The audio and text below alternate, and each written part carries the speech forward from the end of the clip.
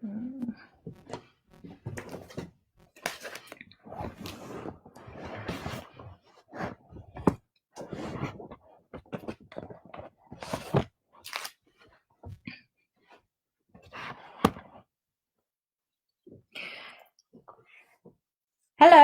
good morning. We're about to start our critical writing in crisis session. I'm just going to adjust the video, adjust my screen, and give you a couple of minutes so that you can all join, and then we'll get started.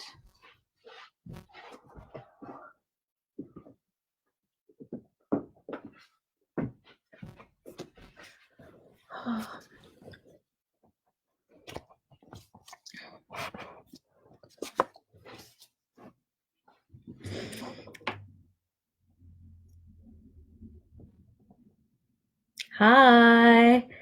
If you've just joined, good morning. Just let me know that you're here on the comments on the, there should be a comment function on Facebook. So yeah, let me know if you've joined. And if this is your first time with us at Tattva, let me know.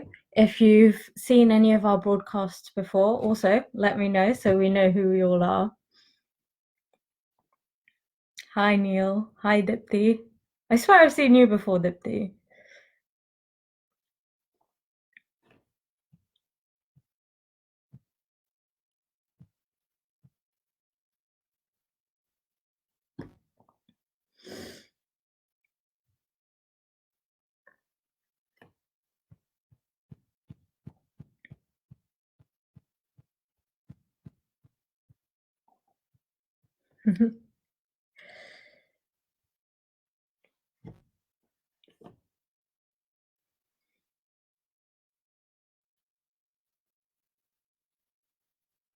Good morning, Vijendra. Okay, I'll give it a couple more minutes. So today is just about writing our thoughts and opinions and ideas as persuasive, logical arguments. It's going to be a really chilled, sort of easy morning, no big political debates or anything. It's more thinking, working on your own, seeing if you want to share little snippets, that's great. If you don't want to, that's also fine. But most importantly, get comfy. If you're in bed, I respect that choice. I wish I was in bed too. Grab teas, coffees, breakfast, anything you need, get cozy. You will need a pen and paper, or you can type on your laptop. That's if you want to get writing. If you just want to listen and go about your morning routine, that's also fine. Hopefully you'll still get quite a bit out of today, even if it's nice to listen to someone talk. I will do a lot of talking. Yeah, so we'll give it a few more minutes and then we will get started. I can see quite a few people have joined. It's really early though. I did this last week and I was much more awake. I might have to take a nap after this. Don't tell.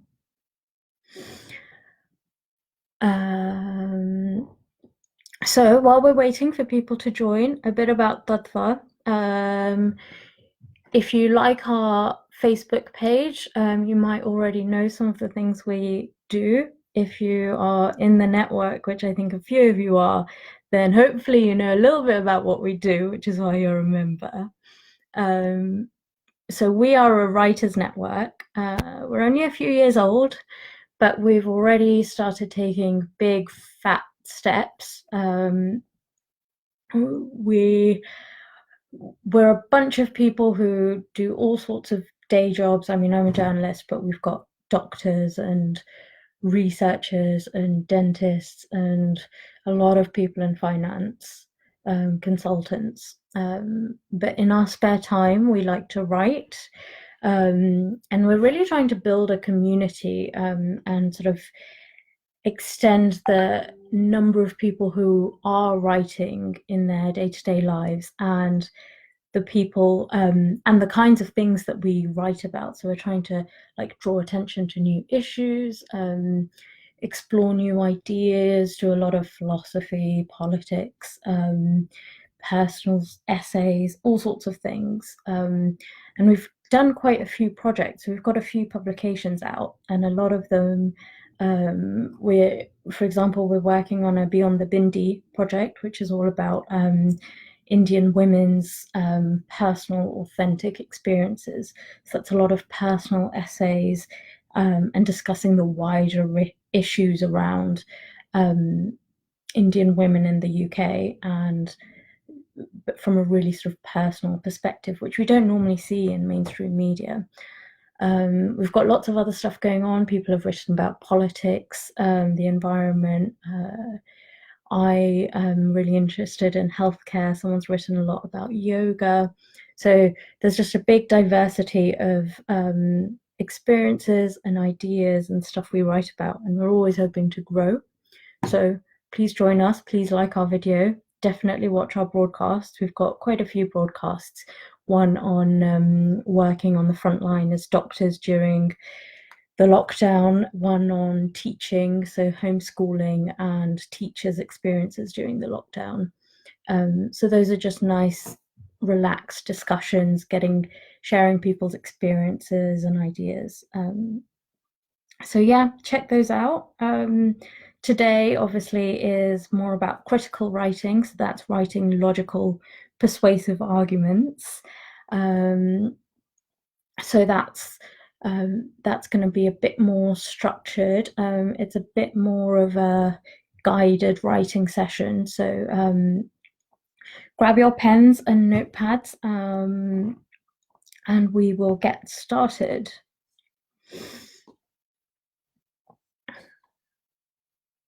Okay, so when we're writing logical, persuasive arguments, we're essentially just trying to express an idea or a thought. And ideas and thoughts, we have them all the time, obviously, but there are so many different ways we express them. And often they can be like all over our everyday lives. So when you think about a normal opinion piece, you probably think about something in the middle of a newspaper, something that a professional writer or journalist has written an opinion on, and that's published. But actually, we're getting into debates and discussions, or even we're thinking and weighing things up in our head all the time in our everyday lives. So it can be at work, at home, big moral questions, practical questions like, should I buy this or that? The best way to do things. All of these involve some kind of internal or vocal debate. And the tricky thing there is to make sure that debate is as logical and therefore as persuasive as possible. So often we have our thoughts and ideas and emotions, and they come out in not so productive ways. We can get overwhelmed by emotions like happiness, anger, frustration, hope. But the best way to write an argument and persuade someone to come over to your viewpoint is to tell them what to do. So it's really important that when we have these ideas and feelings or emotions, we recognize them and then we try and turn them into something productive. So that is when you tell someone what they should do. So our first exercise, we're going to start with a what should I do sort of game. So I'm going to give you some prompts, and these are going to be ideas or feelings or thoughts that someone has had. And you're going to try and think about how you can put that into a should statement. So how you can say what a person should do. So for example, my opinion is cauliflower is healthier than potatoes. So I'm going to turn that into a should statement. So I'm going to choose the someone, and it's got to be a really specific someone, like a government, a group of people, myself, but something that has agency, something that can make a decision and action. So my someone is everyone. We should all eat cauliflower instead of potatoes. So I've turned that opinion into something that someone should do. So I'm going to give you a few of those. If you're on Facebook and you have a Facebook account, if you comment on the chat function again on Facebook, that would be great. And then we can see what everyone's got for their should statement. So the first prompt: fresh vegetables are better than tinned vegetables.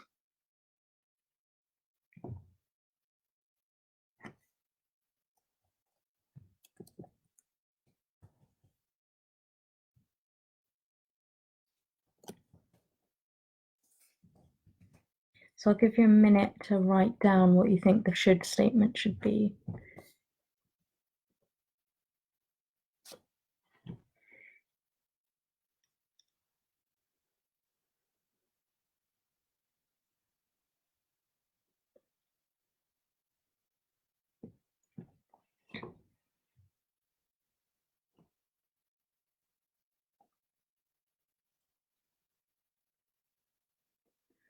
Okay. Next, so we're going to turn this into a should statement and comment on the Facebook chat function once you've got an idea, or you can just write it down. It's terrible that so many people are homeless.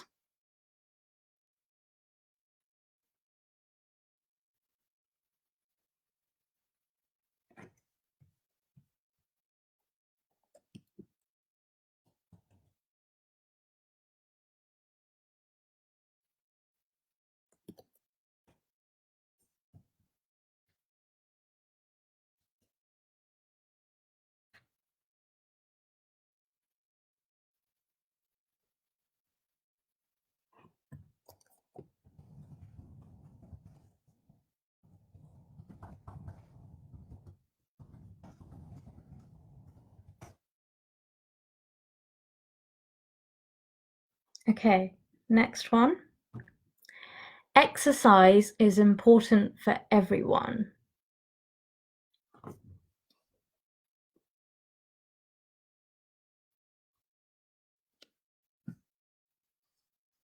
Yeah, I've got a few comments coming in. Thanks, guys.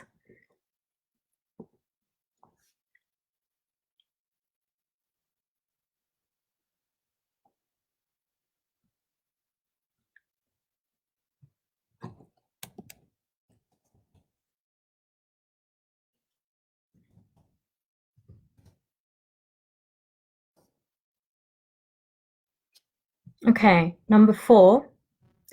Dogs are much more fun than cats.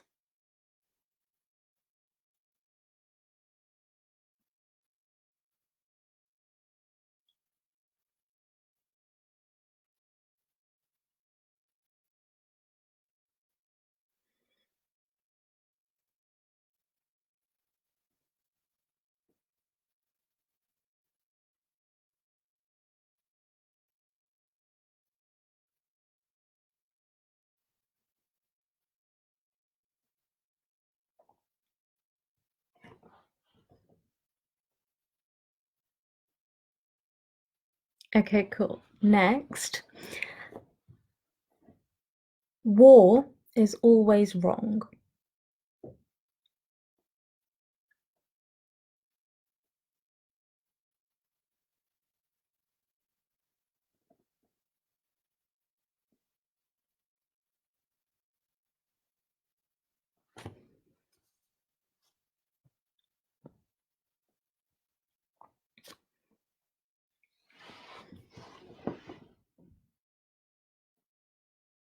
Okay, wow. So we've got a lot of comments coming in there.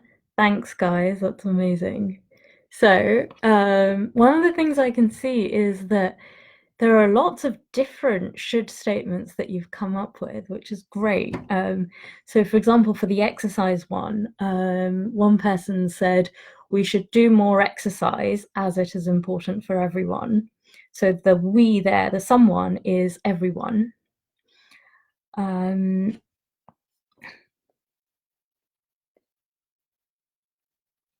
For the exercise one, no.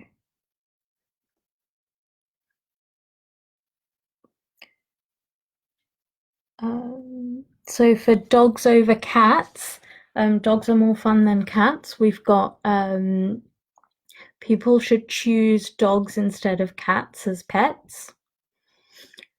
People who want to have fun with their pet should choose dogs over cats. So you've got two kind of different someones there. So one is everyone should choose dogs over cats, and one is just the people who want a really fun pet. So if you don't want such a fun pet, maybe you don't want a pet that requires too much work, you might still choose a cat over a dog. So I'm going to give you 5 more prompts, but these are going to get a bit more complicated. So as we can see, there are a lot of different should statements for the same feeling, and that's great. And that tells us that there are a lot of different ways we can structure our opinion, so we can address different people. We can say the government should do something, we should all, like the whole world should do something, British people should do something. So there are different people we can target or hold accountable or address. So I'm going to give you a few more prompts, and I want you to turn these into should statements too. But try and come up with at least 2 different should statements. So again, remember you're doing someone should do something. So you're going to identify someone specific, a group of people, the government, the whole world, whoever it is, adults, teachers. And then you're going to give them an action that they should do. So first, nurses aren't paid enough.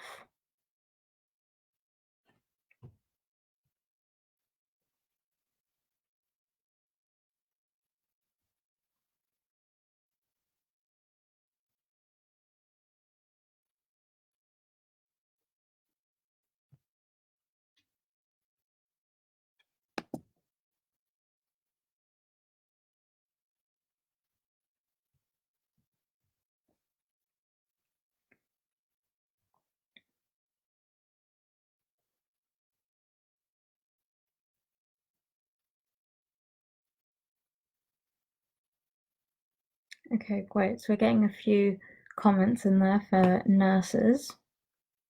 Next, my morning commute on the London Underground takes too long.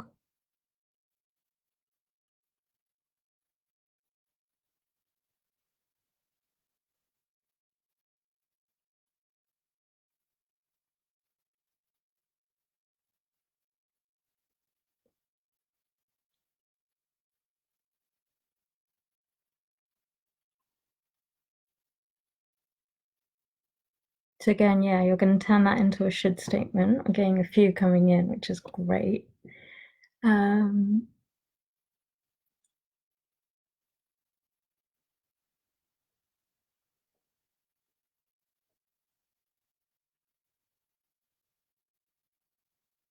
Okay, I think we're ready for the next one. It's a great time to invest in stocks.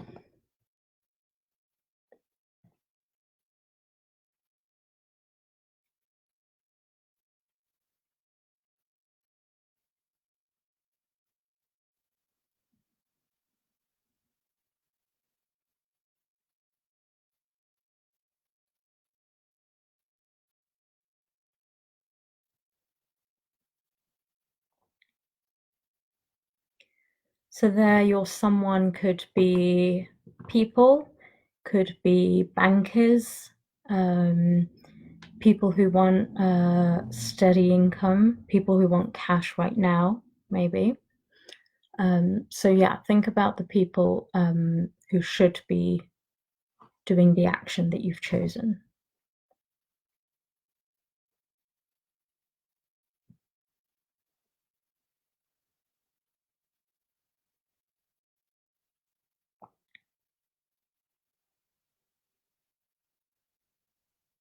Ready for the next one? Okay. Number 9, this is your 9th prompt. We can't always keep children safe.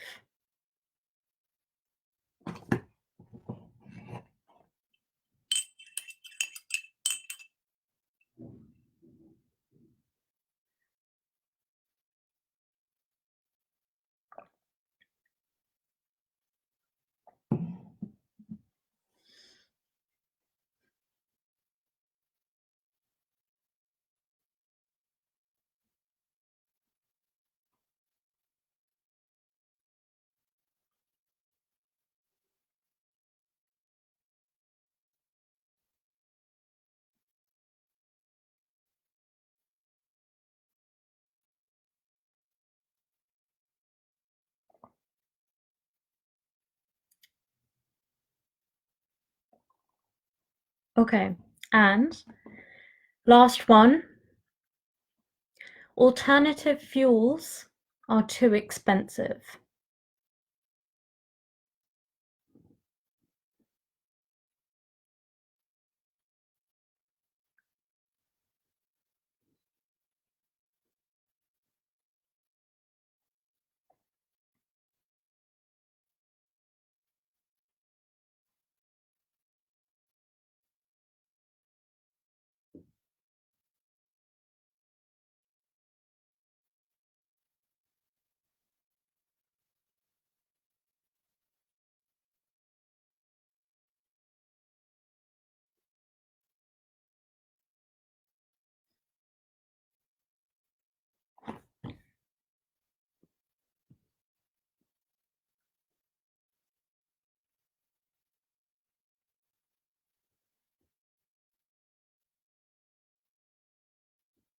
So again, try and identify a group of people who should do the thing that you say that they should do.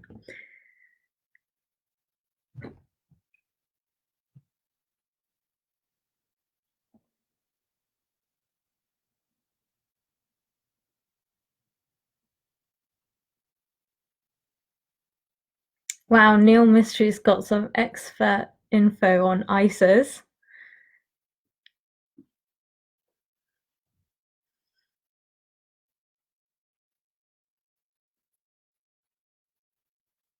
This is great. We're getting a lot of comments in. So for the last one,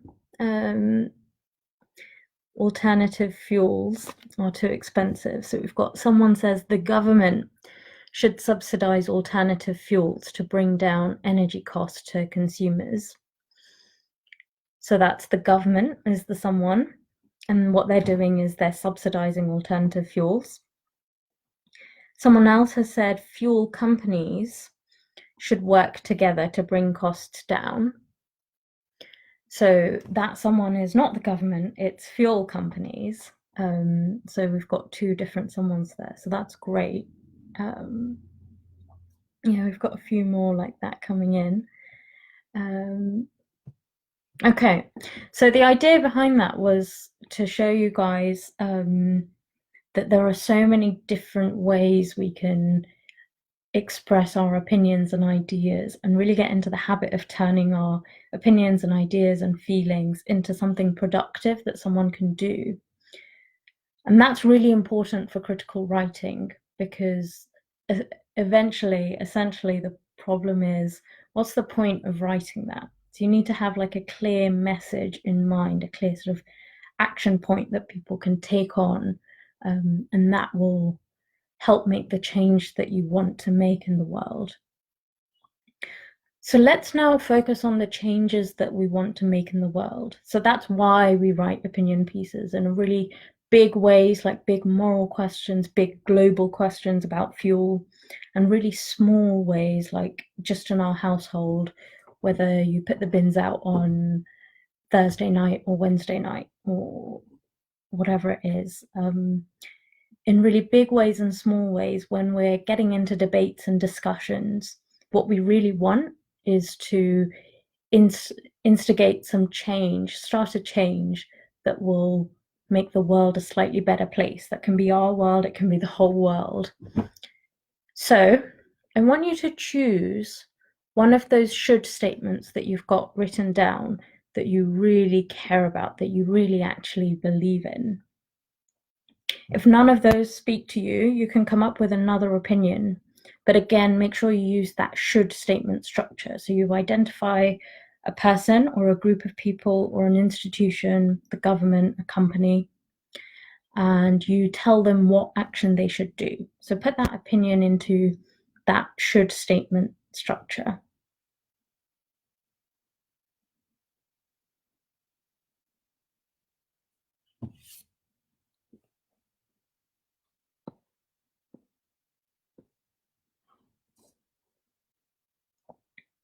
And once you've got your should statement, so if you've just joined, I can see a few people have just joined. Shivani, hi.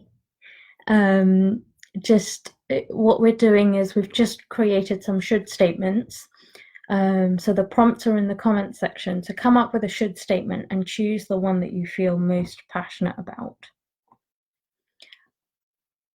And you're going to imagine what your end goal with that should statement is. So how would the world be different if the someone in your action did the should statement? So ultimately, how would the world be different? And try to be as imaginative as possible. So don't just focus on the immediate result. Think about what it could ultimately lead to. So with the finance question, with the investing in stocks, don't just think about you could start getting dividends. Think about you might become financially free or secure. You'll have an extra disposable income. Everyone could have an extra disposable income, which might help the economy. So that's a sort of ultimate goal, a few steps beyond the immediate result. And you're going to write that down. So I want you to describe the change that would happen if the someone in your should statement did the something. If you're struggling, start with adjectives, use a few words to describe the world. So it could be beautiful, fair, happy, healthy, rich. And I'll give you a few minutes to describe that world. Just let your imagination flow. Don't stop writing. It doesn't have to make sense. It doesn't have to be perfect.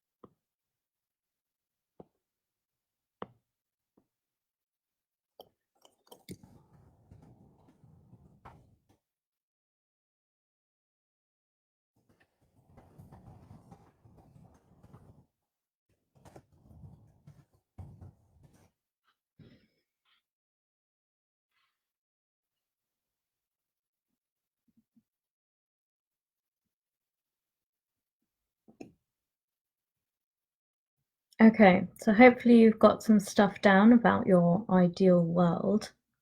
If not, we'll come back to it. We're going to move on to something else. So we're going to talk about what makes a good and a bad argument. So with any argument, any should statement, you need evidence to back it up. And a good argument isn't ever about whether the should statement is right or wrong, but it's about whether the evidence that you give leads to the should statement, leads to the conclusion. So that's what makes a good argument. It's always about the evidence. So if there are no big holes in the evidence you give, you've got a convincing argument. So we're just going to practice how to spot a bad argument, to spot those holes.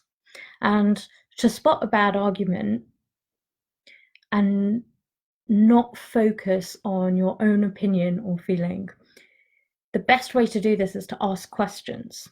So I'm going to read out some bad arguments, and you're going to see if you can spot the problems. So try and ask questions. Forget about whether you agree or disagree with the opinion, but just focus on the questions you can ask about the evidence that these arguments have. So those can be questions like, what's your evidence? How many people define that word? So your first argument is, this is a bad argument, Americans don't like tea.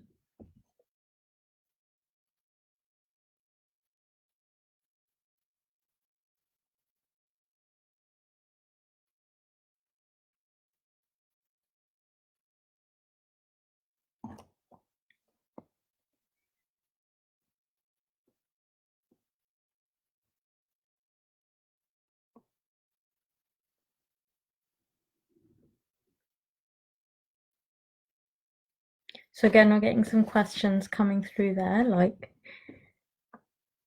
how many Americans is one I can see. How do you know Americans don't like tea? That's a good one.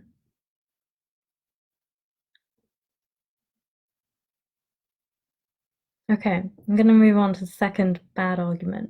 Again, ask questions, see if you can spot the holes in this, and write down those questions in the comment section so we can all see. Second argument, this government has eliminated poverty.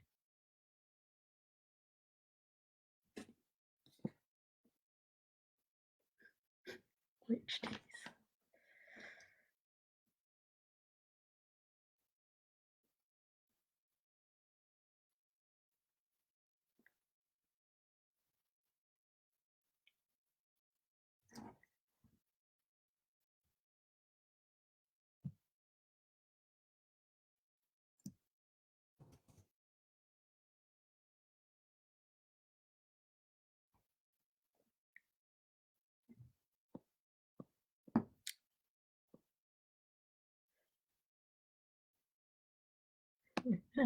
Wow. Vibhathi's commented, I really hope this is the first Facebook comment she's ever made. She just joined Facebook. Okay, and your third bad argument. Sophie is a really great example of why we should raise our kids as vegans. Sophie is an above average child, both mentally and physically. Sophie's teachers appreciate her and praise her for getting along with other children.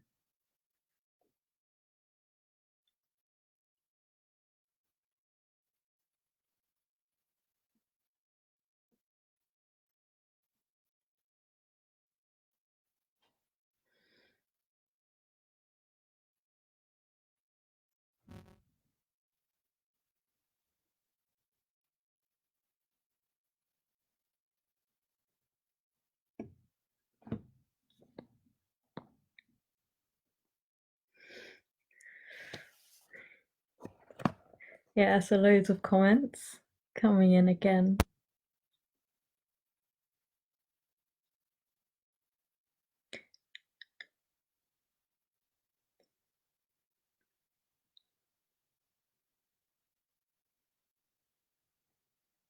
So these are all some really, really strong questions. You're really finding the holes in these arguments. I didn't think of a lot of these.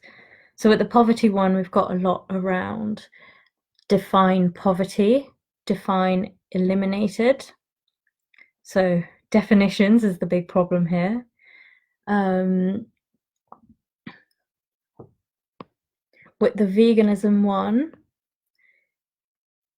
one of the points, oh, that's a good one. So someone said, does that apply to all vegan children?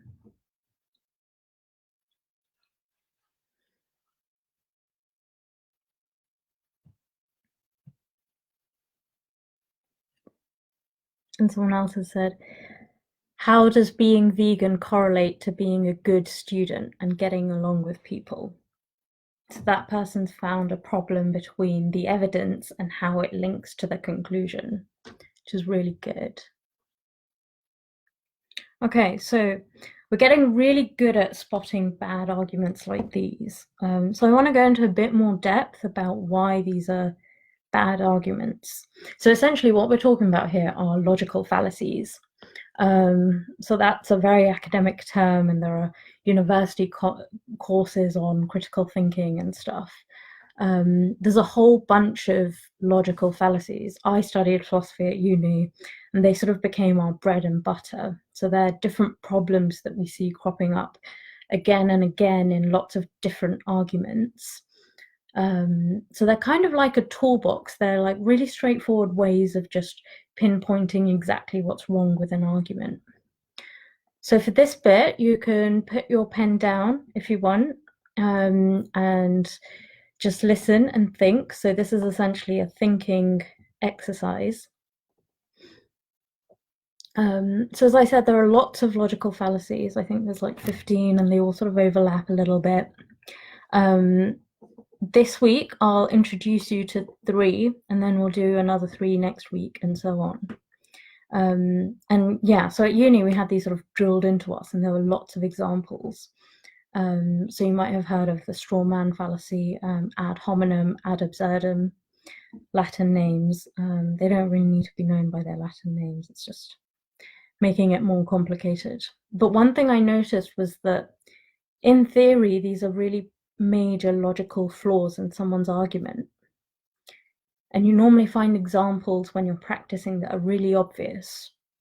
But actually, in a lot of arguments or pieces of writing, it's really hard to tell whether that logical fallacy is there. And if it's there, is that a problem? So I'll show you what I mean with straw man. So this fallacy is straw man. It has a brother. It's called hollow man. So this is when you represent an argument, the opposite argument, you sort of misrepresent it, or you build it up in a way that isn't really the argument, just to make it easier to argue against. So more generally, it can be you make up a problem that's not really there. You exaggerate a problem, so that it's really easy to say that that's wrong, but actually that problem wasn't there in the first place. So here's a really obvious example. They want us to increase funding for the NHS, but they won't be happy until we become a communist state. So here I want you to just write down, it's kind of obvious, but write down what's wrong with that. What's wrong with that conclusion?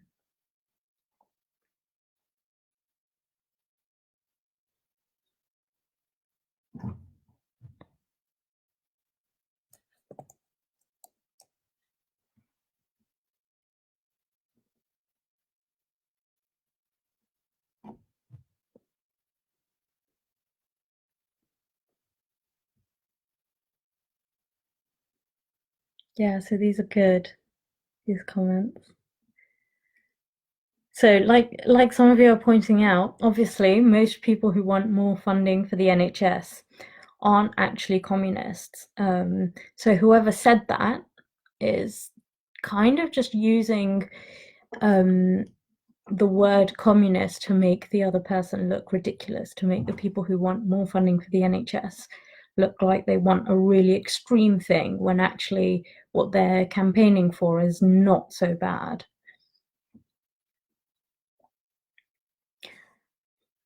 But then there's this other example that actually I just found online yesterday. So again, it looks like a straw man fallacy. Kids these days spend all their time in front of a screen. So what's wrong with that problem? What's wrong with that argument?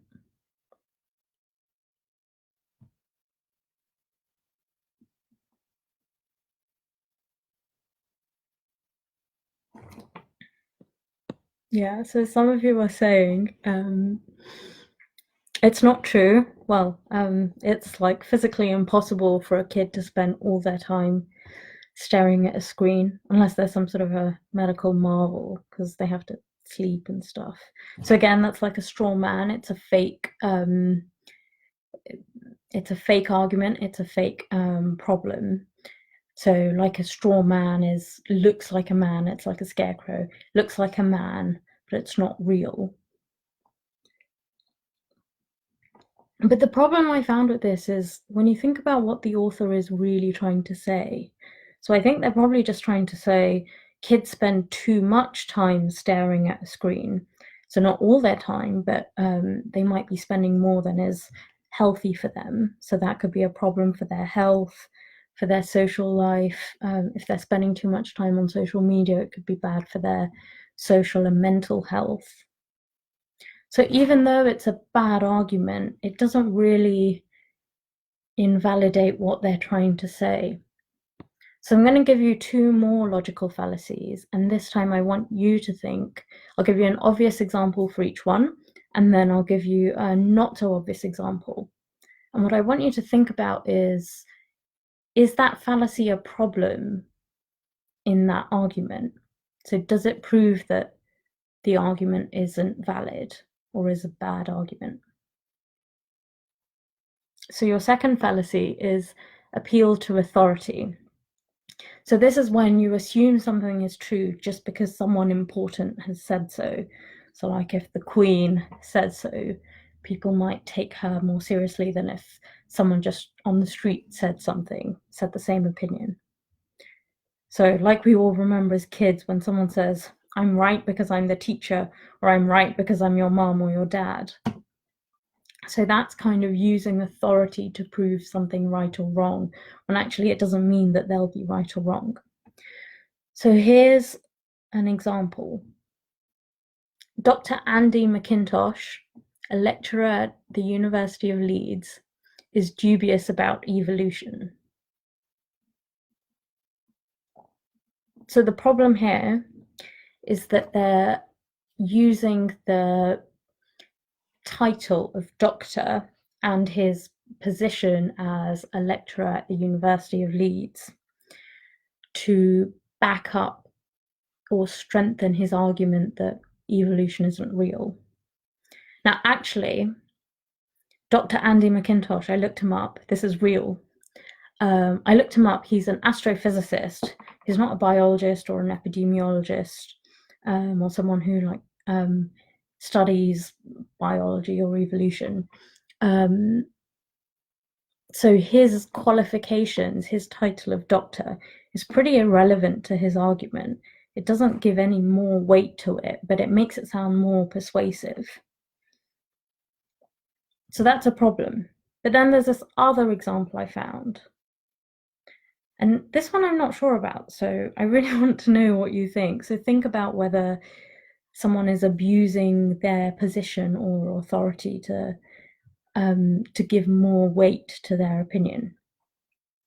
So, the smoking ban will save thousands of lives, said Patricia Hewitt, Secretary of State for Healthcare. So she's a politician. She's got a very high position. Is that a problem that we're using that authority to back up the argument?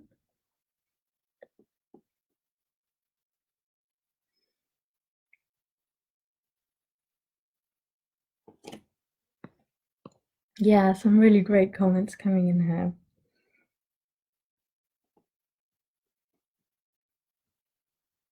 So my thoughts are, yeah, exactly. So a few people have said it. My thoughts are she's not a doctor, she's not an epidemiologist, she's a politician, she's not a healthcare professional. So what qualifies her to say that the smoking ban will save thousands of people's lives? But then she's Secretary of State for Healthcare. So as a minister, as a politician, hopefully she would consult and summarize the experts' research and their opinions. So she's you'd hope that she's a voice for the experts and she uses those experts to inform her opinion.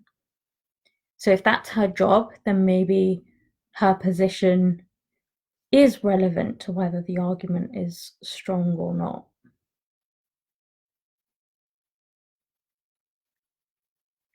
But again, we don't know if she actually did that. She hasn't said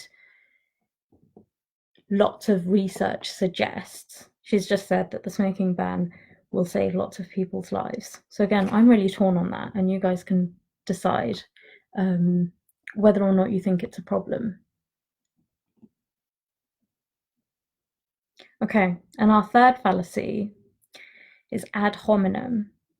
So this is one where you attack someone's personality or something personal about them in order to invalidate their argument. So it can be their appearance, their general political beliefs, their past behavior. And we see it all the time. Sometimes it seems kind of fair enough, or it sounds funny, which I guess is even worse. So often when we're criticizing politicians, we don't just criticize what they say or what they do, we can criticize their appearance, their personal lives. That actually comes up a lot in other scenarios as well. So like in job interviews, you might not hire someone who doesn't look the part, but that doesn't have any bearing on their personality or their suitability for the job. So here's one example. Her hair is dyed pink, so she doesn't know what she's talking about. So again, comment or write down what are the problems with that argument.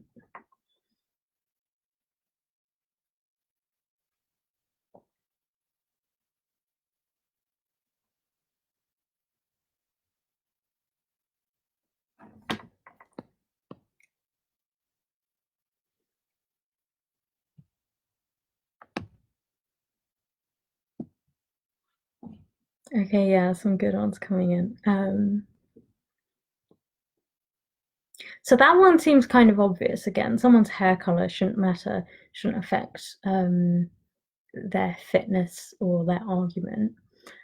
But then here's another tricky one that I found. Bill Clinton had an affair with an intern and lied about it, so he should not be president.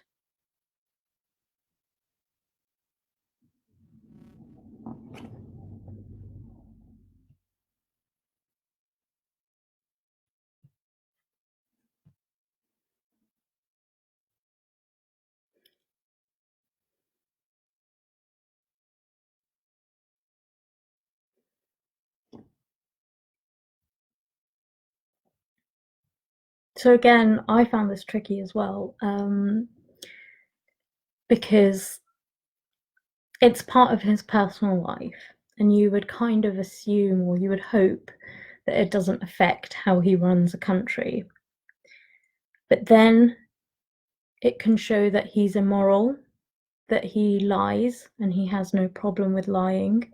So maybe we can't believe what he says. That's evidence that we can't believe what he'll say about bigger issues like war or where public funding, public money, taxes are going. So again, I'm torn on this because I want to say someone's personal life has nothing to do with whether or not you can believe them. That maybe for some positions or some forms of authority, their personal lives are important. So again, this is a fallacy, ad hominem. It's quite a tricky one, I find, because it's hard to judge when it's relevant or not in some cases.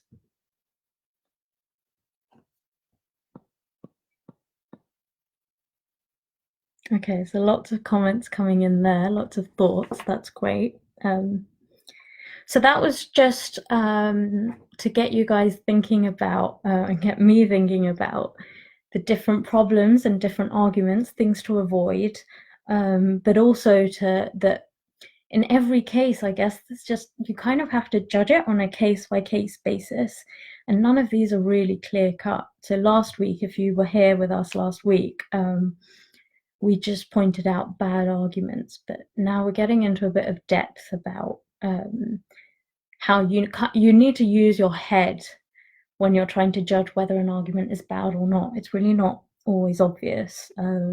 Even when you know all the logical fallacies, it's still not very obvious.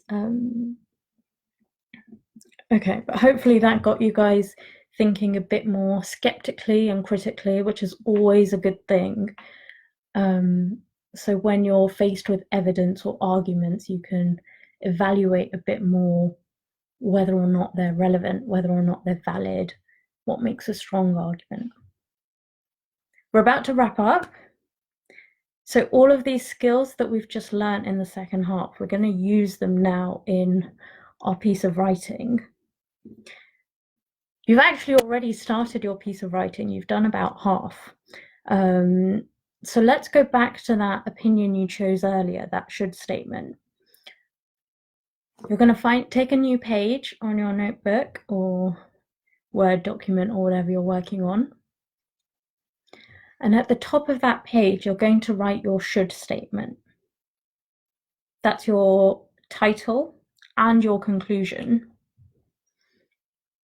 So mine, I used the, what is it? Cauliflowers are healthier than potatoes. So my should statement is people who want to be healthy should substitute cauliflower for potatoes.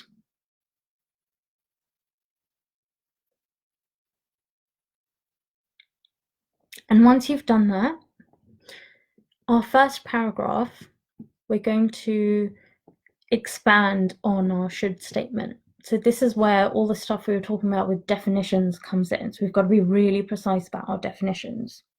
So for example, for me, I've got people who want to be healthy. Healthy is a really broad term, and different people have different bodies and different health needs. So I'm going to be a bit more precise. I'm going to say people who want to reduce their carbohydrate intake. So that's one way you can get a bit healthier. But for someone who doesn't eat enough carbs, that's not a healthy thing to do. So I'm going to be really specific and say, if you're eating too many carbs and you want to reduce that, that's what I mean by healthy in this case.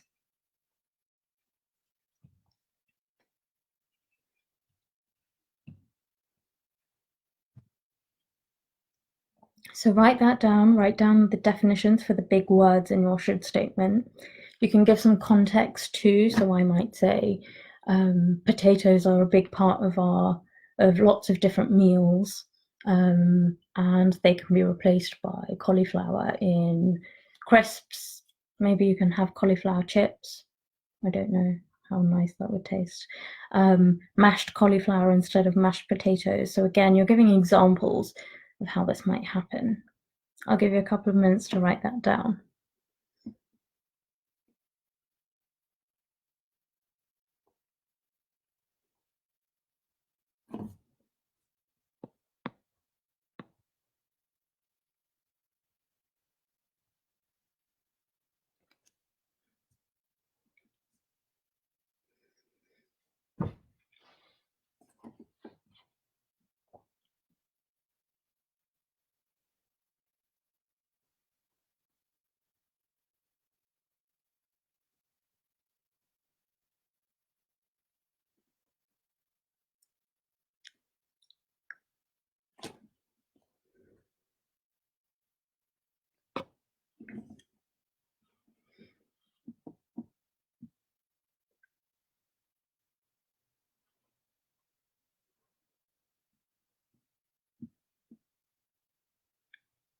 Okay, cool.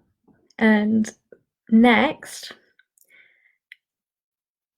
what you've got, so remember you wrote out a description of what the world would look like if your should statement actually happened. So if those people did the action that you say that they should do. So you've got a really sort of idyllic world. That's going to be your third paragraph. So you've got your first paragraph, which is explaining your argument, and your third paragraph is going to be the end result if people did the thing that you should do. So you can write that out now, or it's almost 11.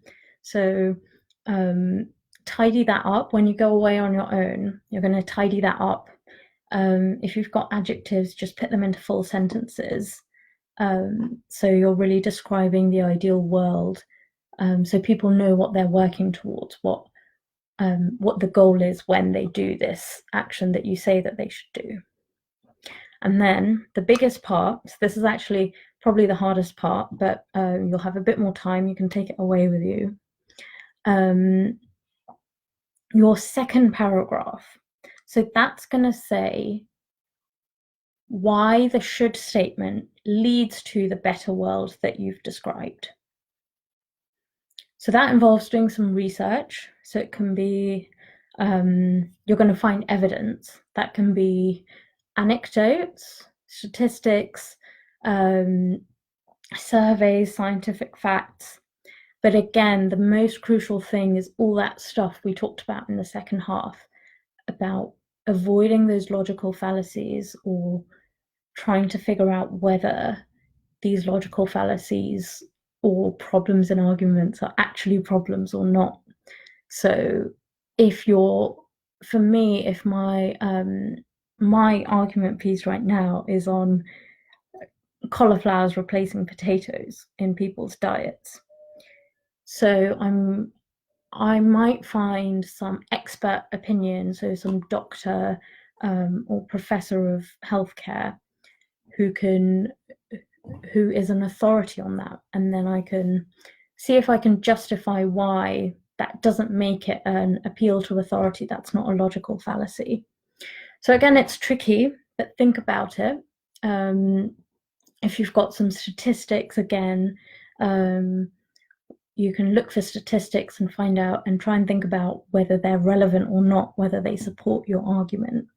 So that's the basis of the big part of your arguments. That's all the evidence that you've got, and that forms paragraph 2. It can actually be quite short, so the most persuasive arguments are just really straightforward and short. But yeah, the main thing is weigh up whether this evidence is actually convincing. So I'm about to wrap up and leave you to do your own writing, but we'd really love to see what you've come up with. So post your article to the Facebook page when you're done, or you can email it to hello@tattva.org.uk. So I hope you got started and feel a bit more confident with writing and speaking and getting into debates and discussions. We've got lots of other stuff going on here as well. So come back tomorrow at 10 a.m. We've got a creative writing session with Vibhuti. This is very important because she got a Facebook account just for this session. So definitely check that out. We've got lots of other video casts and stuff going on. So if you like the Tattva page, you can see all the content we've got in the past, and you can see a lot of the things we've got coming up, and you can join us for different things. But yeah, so stay in touch, have an amazing day, and I'll see you soon.